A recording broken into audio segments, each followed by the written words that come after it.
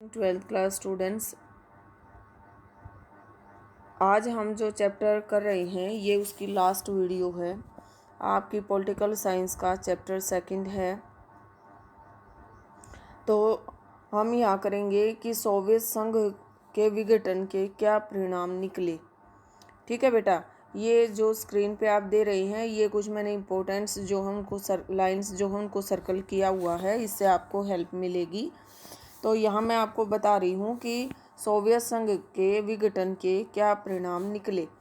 ठीक है, तो इसका पहला जो परिणाम निकला वो क्या था। पहला, सोवियत संघ के विघटन के बाद जो दूसरी दुनिया और पूर्वी यूरोप की समाजवादी व्यवस्था है उसके परिणाम स्वरूप 3 प्रकार के दूरगामी परिवर्तन हुए। उनमें से पहला है दूसरी दुनिया के पतन का एक परिणाम शीत युद्ध के दौर के संघर्ष की समाप्ति के रूप में हुआ। ठीक है, इससे जो है जैसे ही सोवियत संघ का विघटन हुआ, शीत युद्ध का जो दौर चल रहा था, जो संघर्ष चल रहा था, उसके ऊपर विराम लग गया। ठीक है, अब दूसरा, शीत युद्ध के इस विवाद ने दोनों गुटों की सेनाओं को उलझाया था, जिसके कारण जो है हथियारों की जो होड़ है वो बहुत तेजी से शुरू हो गई थी। तो इसका दूसरा परिणाम क्या निकला। पहला परिणाम था शीत युद्ध के दौर के संघर्ष जो था वो समाप्त हो गया। दूसरा, जो हथियारों की होड़ लग रही थी अमेरिका में और सोवियत संघ में, वो समाप्त हो गई थी। इसका ये दूसरा परिणाम निकला। तीसरा परिणाम था कि अब जो अमेरिका है वो अकेला एक महाशक्ति के रूप में उभर कर सामने आया। इसका फोर्थ पॉइंट जो है वो है पूंजीवादी अर्थव्यवस्था अंतरराष्ट्रीय स्तर पर प्रभावशाली अर्थव्यवस्था है। विश्व बैंक और अंतरराष्ट्रीय मुद्रा कोष जैसी संस्थाएं जो हैं वो अस्तित्व में आई।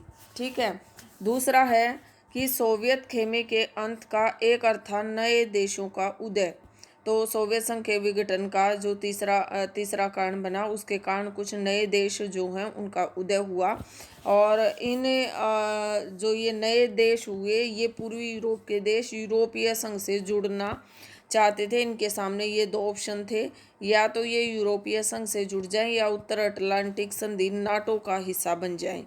ठीक है, तो इस तरह से जो है पश्चिमी देशों अमेरिका और चीन अन्य देशों के साथ इन जो ये नए देश उभर कर सामने आए, इन्होंने अपने जो संबंध हैं उनको बनाए रखा और उनको ज़्यादा तवज्जो दी। ठीक है बेटा, तो एक 6 मार्क्स का जो क्वेश्चन है आपका वो यहाँ बन रहा है। ये मैप दिखाया गया है, स्वतंत्र मध्य एशियाई देशों को चिन्हित करें। तो यहाँ पर दिखाया गया है जैसे जो स्वतंत्र मध्य एशियाई देश हैं उनके बारे में। जैसे यहाँ पर था, जैसे ये उज़्बेकिस्तान दिखा दिया, यूक्रेन दिखा दिया। ये जो हैं ये नए जो देश हैं वो उभर कर सामने आए। ठीक है, मैप के थ्रू आपको दिखाया जा रहा है। दूसरा हमारा क्वेश्चन बन रहा है कि जो साम्यवादी शासन के बाद शॉक थेरेपी है उससे आप क्या समझते हैं। जब जो साम्यवादी शासन व्यवस्था समाप्त हो गई तो उससे जो शॉक थेरेपी है उसका क्या क्या परिणाम निकला, उससे क्या हुआ सोवियत संघ में। तो सोवियत संघ में साम्यवादी शासन के बाद जो शॉक थेरेपी अपनाई गई उसका जो कारण था वो ये था कि फर्स्ट इसमें क्या हुआ कि जो रूस, मध्य एशिया के जो गणराज्य हैं और पूर्वी यूरोप के जो देश हैं उनमें पूंजीवाद की ओर संक्रमण जो है वो लगातार बढ़ने लगा। देखे 2 विचारधाराएं थी, एक पूंजीवादी विचारधारा और दूसरा था साम्यवादी विचारधारा। अब साम्यवादी जो विचारधारा है, लोगों को एक साथ लेकर चलने की जो विचारधारा है वो समाप्त हो गई सोवियत संघ के विघटन के बाद।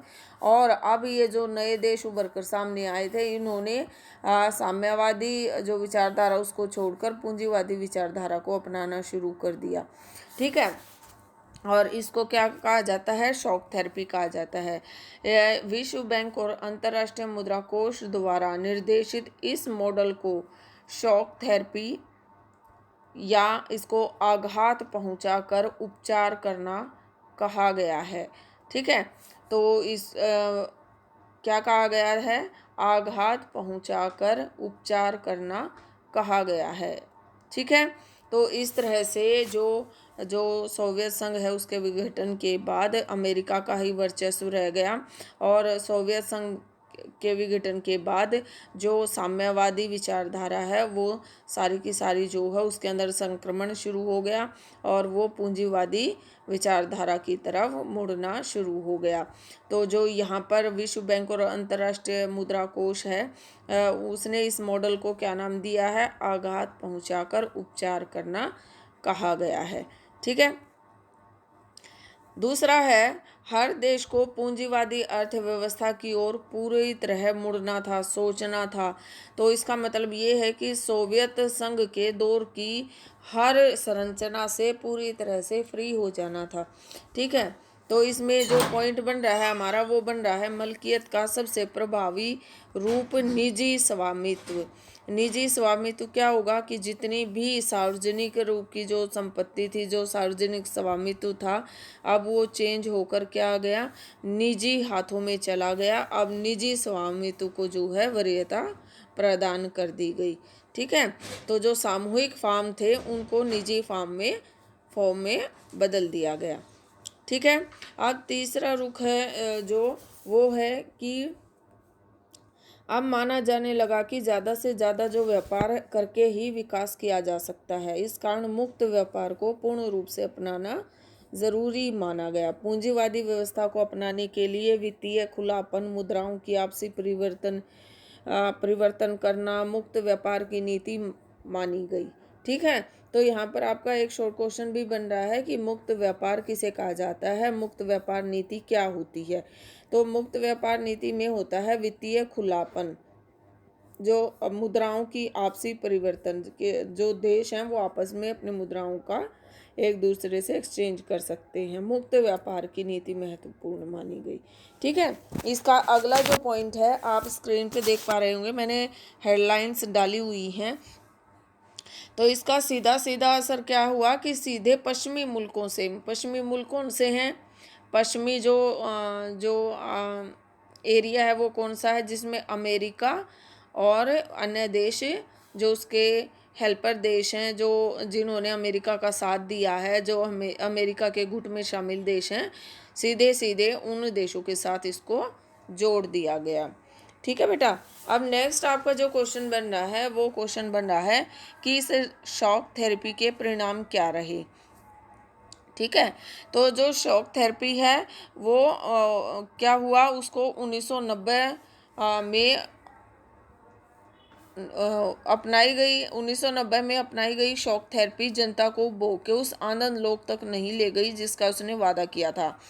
असल में शॉक थेरेपी क्या है, शॉक थेरेपी से पूरे क्षेत्र की अर्थव्यवस्था तहस नहस हो गई। शॉक थेरेपी क्या है, मीन्स आघात पहुंचाकर उपचार करना। ठीक है। इससे क्या हुआ कि पूरे क्षेत्र की जो अर्थव्यवस्था है वो तहस नहस हो गई। सेकंड पॉइंट इसका क्या बना कि रूस में पूरा जो राज्य नियंत्रित औद्योगिक ढांचा है वो पूरा चरमरा गया। ठीक है। 90% उद्योगों को निजी हाथों या कंपनियों को बेच दिया गया। फिर है यह कदम सभी उद्योगों को मटियामेट करने वाला साबित हुआ। इसको इतिहास की सबसे बड़ी गराज सेल कहा जाता है। यहाँ बेटा आपका एक 1 मार्क्स क्वेश्चन बन रहा है कि गराज सेल किसे कहा जाता है। गराज सेल उसे कहा जाता है जिसमें जो बहुत ही इम्पोर्टेंट व्यापारिक प्रतिष्ठान है या व्यापारिक कंपनियां हैं उनको बिल्कुल सेल के हिसाब से बेच देना निजी हाथों में।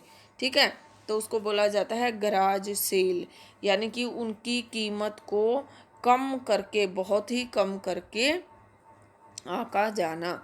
ठीक है। और उन्हें औने पौने दामों में बेच देना। फिर है रूसी मुद्रा रूबल के मूल्य में नाटकीय ढंग से गिरावट आई। मुद्रास्फीति इतनी ज़्यादा बढ़ी कि लोगों की जमा पूंजी जो है वो जाती रही। तो इसके कारण क्या हुआ कि जो सामूहिक खेती है उसकी जो प्रणाली है वो समाप्त हो गई। लोगों को अब खाद्यान्न की सुरक्षा मौजूद नहीं रही। ठीक है। 1999 में वास्तविक सकल घरेलू उत्पाद जो है वो बहुत नीचे आ गया। व्यापारिक ढांचा जो है वो टूट चुका था। फिर नेक्स्ट पॉइंट बन रहा है इसका कि समाज कल्याण की पुरानी व्यवस्था को क्रमवार 1 बाय 1 करके नष्ट कर दिया गया। सरकारी रियासतों के खात्मे के कारण ज़्यादा लोग जो हैं वो गरीबी में आ गए। कई देशों के अंदर माफिया वर्ग ने सिर उठा लिया, ठीक है, और उसने अधिकतर आर्थिक गतिविधियों को अपने नियंत्रण में ले लिया। फिर है कि बहुत सारे देशों के जो संविधान बने वो हड़बड़ी में तैयार किए गए, जिसके कारण जो संसद नामक जो संस्था है वो बहुत ही कमज़ोर रह गई, ठीक है, जिसके कारण बहुत ज़्यादातर जो हैं इनको शक्तियाँ प्राप्त नहीं हो पाई। इस तरह से ये आपके 10-12 जो पॉइंट्स हैं वो बन रही हैं कि जो शॉक थेरेपी है आपकी उसके क्या परिणाम रहे। ये जो क्वेश्चंस हैं आपके, जो मैं साथ के साथ आपको बता रही हूँ, और ये जो हेडलाइंस मैंने डाली हैं ये बहुत ही इम्पोर्टेंट हैं। आई थिंक आपको समझ में आ गया होगा। तो ये लास्ट वीडियो था इस चैप्टर का, जिसके अंतर्गत हमने जाना कि जो सोवियत संघ है उसके विघटन के क्या परिणाम निकले, ठीक है। फिर हमने जाना कि जो शॉक थेरेपी है उसका क्या अर्थ होता है, शॉक थेरेपी के क्या परिणाम हुए, ठीक है, और उसका क्या दुनिया के देशों के ऊपर उसका क्या असर पड़ा। ओके बेटा, have a nice day, good bye.